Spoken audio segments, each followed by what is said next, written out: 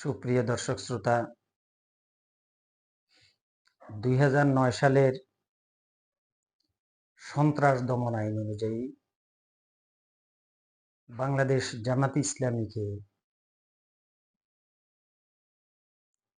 ১৮(১) ধারা অনুযায়ী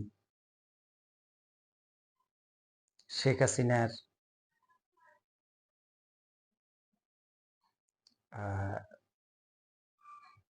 সরকার নিষিদ্ধ ঘোষণা করেছিল। আমরা আজকে আলোচনা করব এই নিষিদ্ধ ঘোষণার আইনি ভিত্তি কি এবং এই নিষিদ্ধ ঘোষণা আদৌ ভ্যালিড কিনা, আর এই নিষিদ্ধ ঘোষণার পরবর্তী আইনগত পদক্ষেপ কি হতে পারে।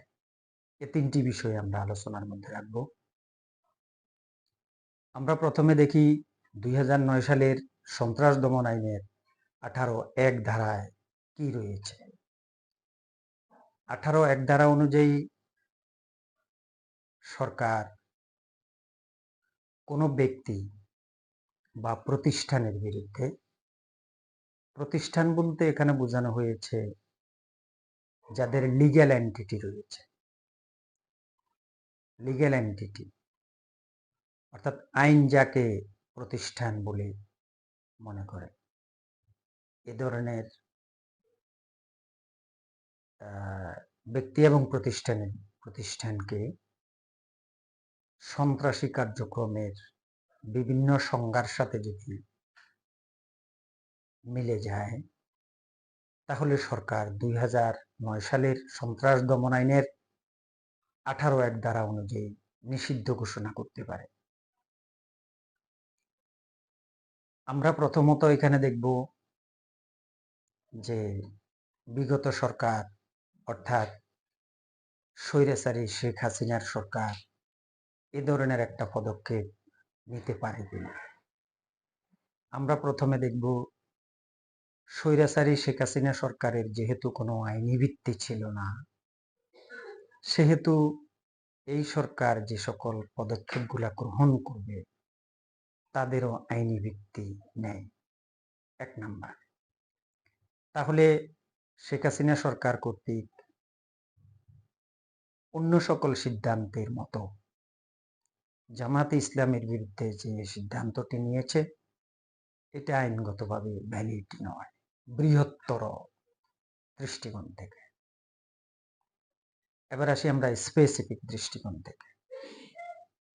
প্রথমত ২০০৯ সালের সন্ত্রাস দমন আইনের ১৮(১) ধারা অনুযায়ী কোনো ব্যক্তি অথবা প্রতিষ্ঠান, সত্তা মানে যাদের লিগ্যাল এন্টিটি রয়েছে, সে অনুযায়ী জামাত ইসলামী কোনো ব্যক্তি নয় এবং কোনো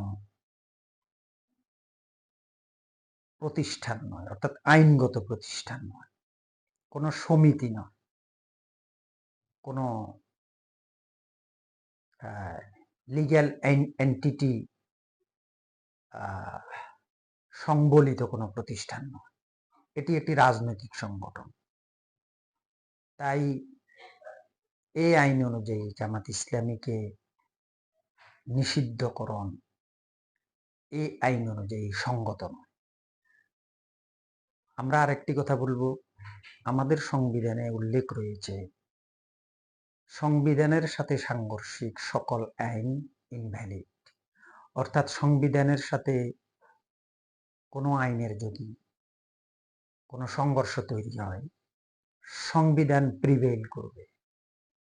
সে অনুযায়ী রাজনীতি করার অধিকার যেহেতু সংবিধানে অবাধ রয়েছে, সে দৃষ্টিকোণ থেকে এই আইনে যাই বলা থাক না কেন, সংবিধানের সাথে যদি আমরা প্রতিদ্বন্দ্বিতা করাই, তাহলে এই আইনের যে কোনো সিদ্ধান্ত সংবিধান অনুযায়ী ভ্যালিড নয়।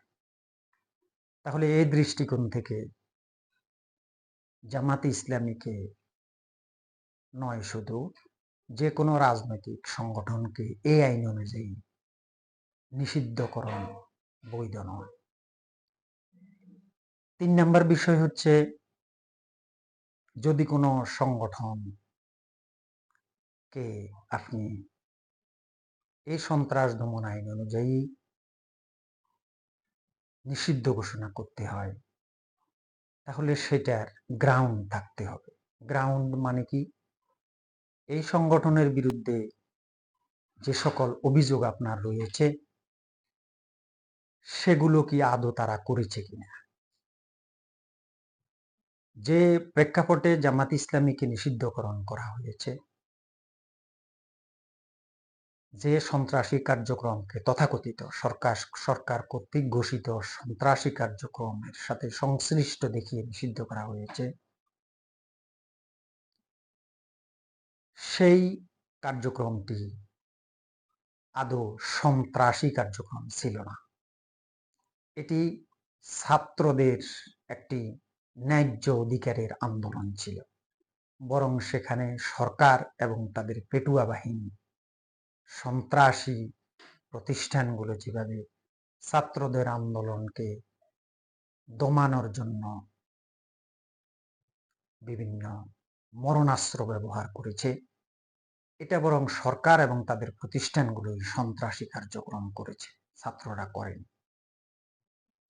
তাহলে এই গ্রাউন্ডে যদি সরকার কোনো প্রতিষ্ঠানকে সন্ত্রাসী সংগঠন হিসেবে নিষিদ্ধ করতে চায়, তাহলে এই গ্রাউন্ডে সেটি বৈধ নয়, যেহেতু কার্যক্রমটি সন্ত্রাসী কার্যক্রম ছিল না। আচ্ছা, যদি সন্ত্রাসী কার্যক্রম হয়ে থাকতো, তাহলে এবার আমাদের দেখার বিষয় রয়েছে এটি জামাত ইসলামের কোনো এজেন্ডা ছিল কিনা। অর্থাৎ যে প্রতিষ্ঠানকে আমি সংশ্লিষ্টতা দেখাচ্ছি, এটি সেই প্রতিষ্ঠানের কোনো এজেন্ডা ছিল কিনা। এই ছাত্রদের যে এজেন্ডা ছিল সেটি তখন যেভাবে প্রমাণিত ছিল, আর বর্তমান সময়ে দিবালোকের মতো স্পষ্ট হয়ে উঠেছে যে ছাত্রদের এই আন্দোলনের সাথে বিএনপি, জামাত সহ কোনো সংগঠনেরই সরাসরি ইনভলভমেন্ট ছিল না। এটি আজ দিবালোকের মতো স্পষ্ট। তাহলে সেই গ্রাউন্ডে ছাত্রদের এই আন্দোলনকে সন্ত্রাসী কার্যক্রম হিসেবে আখ্যা দিয়ে যদি আপনি অন্য কোনো সংগঠনের বিরুদ্ধে পদক্ষেপ নিতে যান, সেটি কোনোভাবেই ভ্যালিড নয়। কেন? আজকে দিবালোকের মতো স্পষ্ট হয়েছে, ছাত্ররাও বলছে, সকল মানুষ বলেছে এই আন্দোলন শুধুমাত্র ছাত্রদের এই আন্দোলন ছিল। নৈতিক সমর্থন ছিল হয়তো অনেকের। তাহলে এই গ্রাউন্ডেও জামাত ইসলামীকে নিষিদ্ধ করা সরকারের জন্য এটি কোনো আইনি ভিত্তি ছিল না। এরপরে আসি আমরা, এই সংগঠনকে, ওই কার্যক্রমকে সংশ্লিষ্টতা দেখিয়ে যদি এই সংগঠনকে নিষিদ্ধ করতে যায়, বা যে কোনো সংগঠনকে, সংগঠনের ইনভলভমেন্ট তো ছিলই না। এ পর্যন্ত যারা মারা গিয়েছে সেখানে যদি আমরা খতিয়ে দেখি, যারা বিভিন্ন পয়েন্টে নেতৃত্ব দিয়েছিল, সেখানেও যদি ভিডিও ফুটেজ বা অন্যান্য ক্ষেত্রে যদি আমরা দেখি, সেখানেও আমরা দেখতে পাই ছাত্র এবং কিছু ক্ষেত্রে সাধারণ জনতার নেতৃত্বই মুখ্য অবস্থায় ছিল। সেখানে বিএনপি অথবা জামাত ইসলামী সহ কোনো রাজনৈতিক দলের সরাসরি নেতৃত্ব কোথাও ছিল না। তাহলে এই সকল গ্রাউন্ডকে যদি আমরা বিবেচনা করি, আমরা দেখতে পাই বিতাড়িত স্বৈরাচারী শেখ হাসিনা সরকার কর্তৃক সকল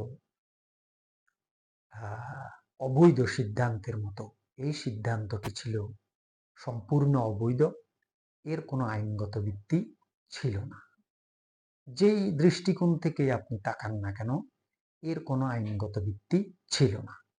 যেহেতু বিগত স্বৈরাচারী শেখ হাসিনা সরকারের সকল অবৈধ সিদ্ধান্তগুলো বর্তমানে আদালত এবং অন্যান্য সকল ক্ষেত্রে সেগুলোকে অবৈধ হিসেবে গ্রহণ করা হচ্ছে, সেহেতু জামাত ইসলামীর উপর যে সিদ্ধান্ত বিগত স্বৈরাচারী সরকার নিয়েছিল তা ছিল সম্পূর্ণ আইনগতভাবে সম্পূর্ণরূপে অবৈধ, অসাংবিধানিক এবং সম্পূর্ণরূপে ইনভ্যালিড। এবার আসি এই মুহূর্তে এই সিদ্ধান্তকে যদি আইনগতভাবে মোকাবেলা করতে হয় তাহলে কি কি পথ রয়েছে। 18(1) ধারা অনুযায়ী ব্যক্তি অথবা সংগঠনকে নিষিদ্ধ ঘোষণার বিধান রয়েছে, কিন্তু 18(2) ধারাতে সরকার নিজেই এই সিদ্ধান্ত প্রত্যাহার করে নিয়ে তার একটি আইনগত সমাধান সরকার দিয়ে দিতে পারে। 2 নম্বর আইনগত সমাধান হলো 19 ধারায় তার জন্য হাইকোর্টে আপিল করার সুযোগ রয়েছে। সেই আপিল করার মধ্য দিয়ে জামাত ইসলামী হাইকোর্টের মাধ্যমে এই কার্যক্রমকে আইনগতভাবে অবৈধ ঘোষণা করিয়ে জামাত ইসলামী এই সমস্যাটার সমাধান করে নিতে পারে। তাহলে সমস্যাটা সমাধানের দুটি পথ রয়েছে। একটা, সরকার নিজেই 18(2) ধারা অনুযায়ী সিদ্ধান্ত প্রত্যাহার করে নিতে পারে। 2 নাম্বার হচ্ছে জামাত ইসলামী নিজেই 19 ধারা অনুযায়ী হাইকোর্টে আপিল করার মধ্য দিয়ে হাইকোর্টের মাধ্যমে এটাকে ডিক্লেয়ার করিয়ে আনতে পারে যে সিদ্ধান্তটি আইনানুগ ছিল না, সিদ্ধান্তটি অবৈধ ছিল। এই দুটি মাধ্যমে এটার আইনি সমাধান করিয়ে নেওয়া যায়।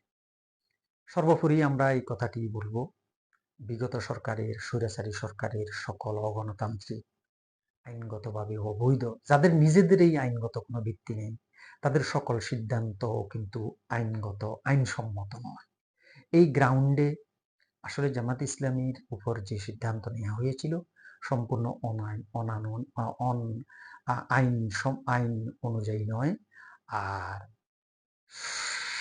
দেশের জনসাধারণ জামাত ইসলামীকে এখন যেভাবে গ্রহণ করেছে, জামাত ইসলামী রাজনৈতিক প্রক্রিয়া যেভাবে অবদান রেখে চলেছে, দেশের জনগণ আওয়ামী লীগকে যেভাবে সর্বসম্মতক্রমে নিষিদ্ধ ঘোষণা করে দিয়েছে, সব মিলিয়ে জামাত ইসলামীর সামনে এই সমস্যাটি বড় ধরনের কোনো সমস্যা তৈরি করার সামনে কোনো প্রেক্ষাপট রয়েছে বলে আমি মনে করছি না। আমাদের সকলের সুমতি হোক, সকলে ভালো থাকবেন, সুস্থ থাকবেন। আসসালামু আলাইকুম।